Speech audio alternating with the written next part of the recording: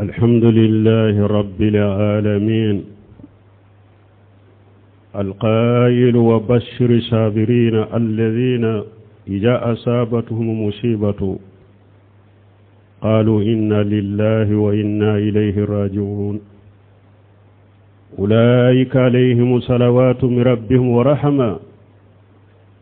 وأولئك هم المهتدون والصلاة والسلام على نبينا محمد صلى الله عليه وعلى آله وصحبه وسلم القائل ما من مسلم تصيبه مصيبة فيقول ما أمر الله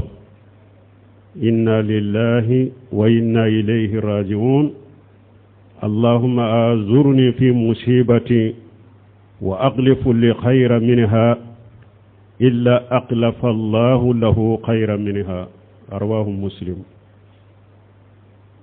أما بعد عباد الله قال تعالى ذلك من آخذ بمثل ما أغضب به ثم بغي عليه لينصرنه الله إن الله عفو غفور. أمبي على تنو دانفم بيتي على دي كو قرانا كونو أكو تشيدي ما مؤمنون نيسونجيا مؤمنون منو نم شبا يوسرو وبافو أني على تاي أمبي ساقي كتا على ديما نونون تغلا مغو على كتانو بويه على كنيما بويه ولو دي كندام غويه كيسي أني نيما أبي تشيدنكا أنا كدونكو أنا كسيبو على كو kisi min kaca kosobe o ciden min ko silama site ni masiba bi soro ni ye fen fo ala ye nyamira ni minye fo ala ki sara o masiba yina o masiba yi ala ba fale ma heraye balmau minye jamana yin soro nin dogokun temene amad dogo jiyala anta fo jamana de amad dogo jiyala masibado ayan soro amba fo inna lillahi wa inna ilayhi raji'un allahumma zurna fi musibatina wa aqlifna khayran minha amba fo nyi alatta de ambe sagi kata alama ala masiba min yan soro an saran kan masibala ika baraji dama ala ika masiba in falan makka ke herai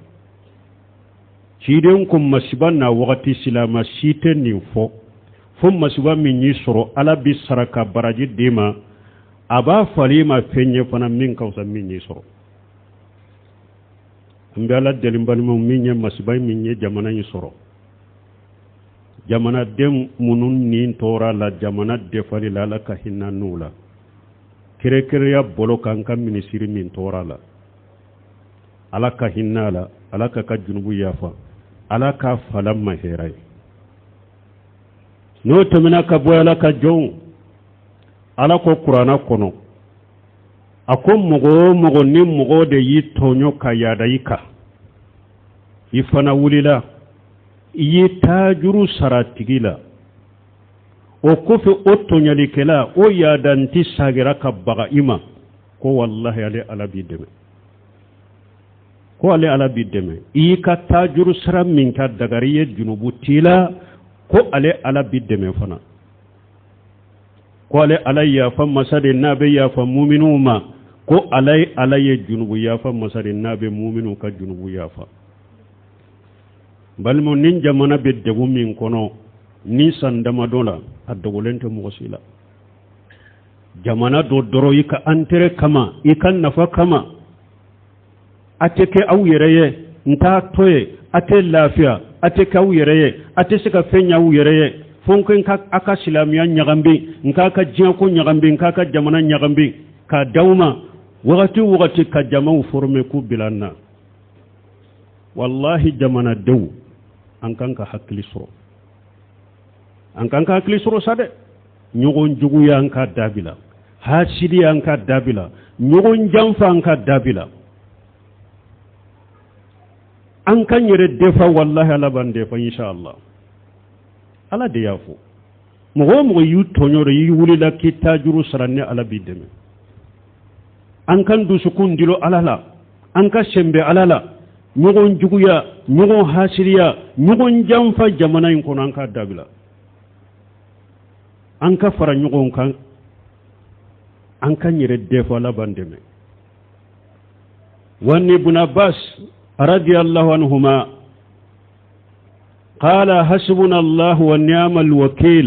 حسبنا الله ونعم الوكيل قالها إبراهيم حين ألقي في النار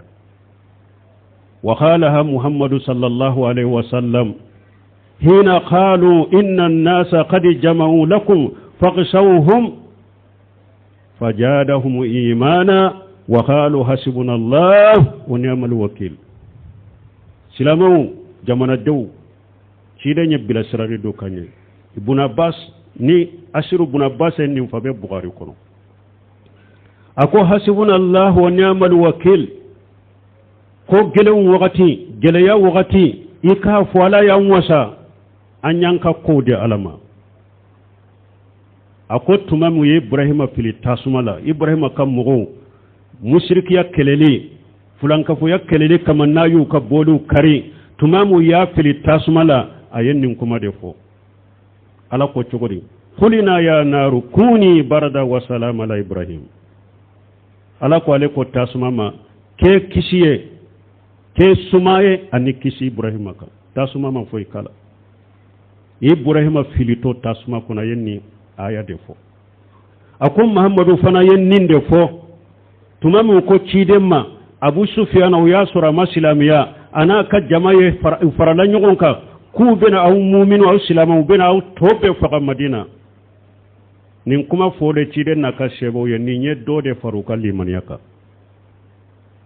uko hasbunallahu wa ni'mal wakil uko ala ya wasa anyanka ko di alama ko dimbaga nyuma ala yu wasa fana foy musoro kafiru sirana usagira wala ambe ko gele mununa ambe ko gele wakati mununa jamana do an kan nin kuma chaya hasbunallahu wa ni'mal wakil an kan nin kuma chaya no bora yin balmau saya min fulen ni nye mugo shite sanni ka domana wama kana li nafs an tamuta illa bi iznillah kitaban muajjala ala ko tebbe ni shiye ika safone ala de ka jenay ni on ni be isa wakati akodati de bala ne ala go no dati mana foi tesaki faga balmo mugo min sara alla jali de nana nindo intunte temaka ni ala ko ibe sa do moti je ko ibe sa modelo ibe sa wodo yere korosito foi bola min tara ikele ko idai ka sokono ibe sa ko ni saya nana ala yode fo qul ولو كنتم في بيوتكم لبرج الذين كتب عليهم القتل إلى مداجيهم alakum hamura fuye hari na baka sokono nawde kono itara dayka sokono de ne alaye saya nya latige mugo minka ibe boyka sokono beta saya segre besa saya kanana de ayina ma takunu yudrikukum al-maut walau kuntum fi buruj musayyada ala kunna be yoro saya ba usoroy hari ni tar etasi jabilende de dila katada kono ko ebe sira saya ne ikanasa ala ko ni saya ni ale ala ya latigika abi soroy ibesa hadama do an kan du sukundiro alala an kan disukundiro alala an kan ko di alama an ka shembe alama Abdullah ibn Abbas ka hadisa dobe ciden ko wa lam anna al ummata law istamaw ala an yanfauka bi shay'in lam yanfauka illa bi shay'in qad katabahu Allah laka wa in istamaw ala an yadurruka bi shay'in lam yadurruka illa bi shay'in qad katabahu Allah alayka urfiyat al aqlam wa jaffat suhuf ciden koy kado jamana kelente koy dugu kelente akoni jiya bede farala nyogonka anka karasa deme anka nafa wote se ka foyi kiye alama mi sabiye awa jiya be ni jiya be farala nyogonka de anka karasa toro do anka dogu de lashama wote se ka dogu shila shima wote se ka tora shila shima alama mi latiye kalmu korota la koy ما أصاب من مصيبة في الأرض ولا في أنفسكم إلا في كتاب من قبل أن نبراها ألكم مصيبة شيطة وسرد دقوكولوكا مصيبة شيطة وسراير النونة هن على مصيبين نيا لا تيجي كسبة سنين كأي هذا مدن يردا كلمة كروتارا كبول لا تيجي سبلوكا بابينا جارا على يميل لا تيجي درو ni jiabe farla nyogon ka ku ka tora lase nin jamana ima alama tora min sabanye utese ko samma koy alama millatu utese ko kanna koy o hadisa kale na ciden ko alamu anna ma asabaka lam yakun liyqta'aka wa ma aqta'aka lam yakun liyushibaka ala koy kado ni ni jiatun tuisoro fingo fentu ni soro fana atunti jede jamana in ko don ha finwo fenya an suratun tanje finwo fin fana yanje otun tan suro ambe ala de bolo koy an kan ko de alama an ka sembe alama ambe ala de bolo ala de bandeme andeme bagay ala de ambe ala de la ka jamana indeme mbalmo jamana ambe minna jamana dew population abe tora min kono abe dogu min kono aya ko aka sabala ka munyu abe teme koy buna bas ka hadisa kelen riwaye dola musnad ahmad kono ciiden ko fa'alam anna fi sabr alama takrahu khairan kaseera akoy kado ite min fe ni sabalira koro hera chamande bo ko fe komi mandiyede komi niba ko amandiye me sabalira koro ki sembe alama ki dusukundilo alama ciiden ko hera de bako jamana imbe nin degu minna ambe nin tora minna nanya ko an sabalira an sabatila hera de bako koy ako wa alam anna an-nasra ma sabri akoy kado demembe fara sabale de kade ni yayi ala yawdeme aw sabatira de aw sabalira de aw munura de ala ka demembe na ako tuguni wa alam anna li faraja mal karbi akoy kado funini wasa abeke geleya ko ferere ni ye mugo ye herala ye mugo ye nyumana hera babolo e hera imana chwa kate koy geleya do de temena kayo geleya inde ku kamunu o ko fe hera inana jamana de kan nin do de anka sabati anka sabali munum ban kunna anka to ko anka munyu koro tora ban suranka munya kuranka sabala koro wannan nisra mal sabri deme me fara sabri de kare wannan li faraza mal karbi foni abe fara geleya de kan ni geleya yi soro yi sabatira de foni benade wa anna mal ushri yusra ala ko geleya be ciden ko geleya be no ya ba ko fe de geleya be no ya ba ko fe ambe ala delinin jamana imbe geleya mununa be fitina mununa abe tora minna ala kataka bonka ala ka jamana lafiya barakallahu li wa lakum fil qur'anil hakim wa nafani wa iyyakum bima fihi min al-dhikril hakim aqulu qawli hadha wastaghfirullaha li wa lakum wa lisa'il muslimin min kulli dhanbi wastaghfiruhu innahu huwal ghafurur rahim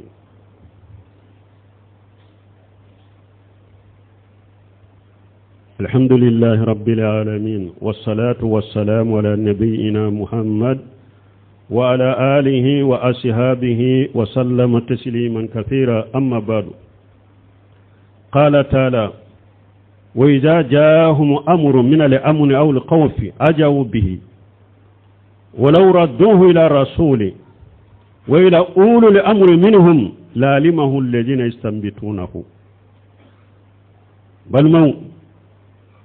أم بلا سرني كنا نجاور منك بكنا كبار الدلاي بكنا كبار الدلاي أي كبار يو تو وبويرو بلو أي كبار يو شارلو تو كبار يو بويرو بلو نمبي أدبو نانا قرآن كنو ala ko ni kodo nanuma min ya hakili sigi koye ube siranya ko uba chari na tunye ko sagi kata chidema anaka ko nyemau ko illegese na haqiqa minye ala bolado ala baka nyemau la dunya wala uba nyafawye islamia adabu kono be kana ke kibariya dilaye aye makono ni ke folo kibariya dili be munun bolo nu ye kibariya min fo kawnya mariya kafa ba fo be kana ke kibari dila jamana ko wa qala ta'ala wala lam yantahi al munafiqun والذين في قلوبهم مرض والمرجفون في المدينة لنغرينك بهم ثم لا يجاورونك فيها إلا قليلا اوا كبر جوفو فولو مغو جاتيغي بغو افانا كاكو فورا قران كونو ala ko ni munafiqu ma dabila ani ala sosoni junubu kelebe munun dusukun kono ani kubari jugu folaw numa dabila madina cide billa sukibila uma ibu faqa o ko fe utu shigi nyogonya madina kono nana ubebo madina kata wa qala sallallahu alaihi wasallam la yahillu limuslimi an yurwiya muslima ciden ko teddaga silama ikibalima silama nyogona silama ka jatige koko benani silama ka jatige o kera tilonke o kera sunankoye o kera sobe o kera ngaloye silama saraya ya haramuya kibari jugu folaw aya dabila tumanu imamu na bakawi ayenni aya tawsiri ako zalika anna an-nasa kanu إذا خرجت سرايا رسول الله صلى الله عليه وسلم يوقعون في الناس أنهم قتلوا وهجموا ويقولون أتاكم أدو ونهوها بغوي كوني آيات توسير لا أقوم مغو دوري تنبي مدينة نيشيري نيكا كلي بولو منشي كتا كلي لا ولوفنا بي مدينة كنونانا يو بافو مغوي kelebolo muntara ufagara koi kelebolo muntara jugu sheru makoi ewa jugu na lendo kana uma koi jugu na todo koi anu nunu na nyogora nunu fana ubara tunyeninde madina alai kankariya dawe awa munun fana be jamana in kono te foila ni kibare jugu fote anika silamau jatige anika jamana jun jatige ayi sabali atebbe silamai ke balima silama jatige haramu do silamia sariyala herata ko e yereye parce que ni aya Allah balakum malunina ayna ma suqifu alakum mugo bennin ke ka silamau jatige ka jamana de jatige jatige akoy dangalendo be yoro kubaru jigu folaw aku dangalendo be yoro aya janto o fanala ambe ala dalala ka jamana nkisi mbalmo ambe duawu kan ka famu yede koy ne ya funka joro nyina sinya joli ngo ahli sunna wal jamaa ala manhaji salaf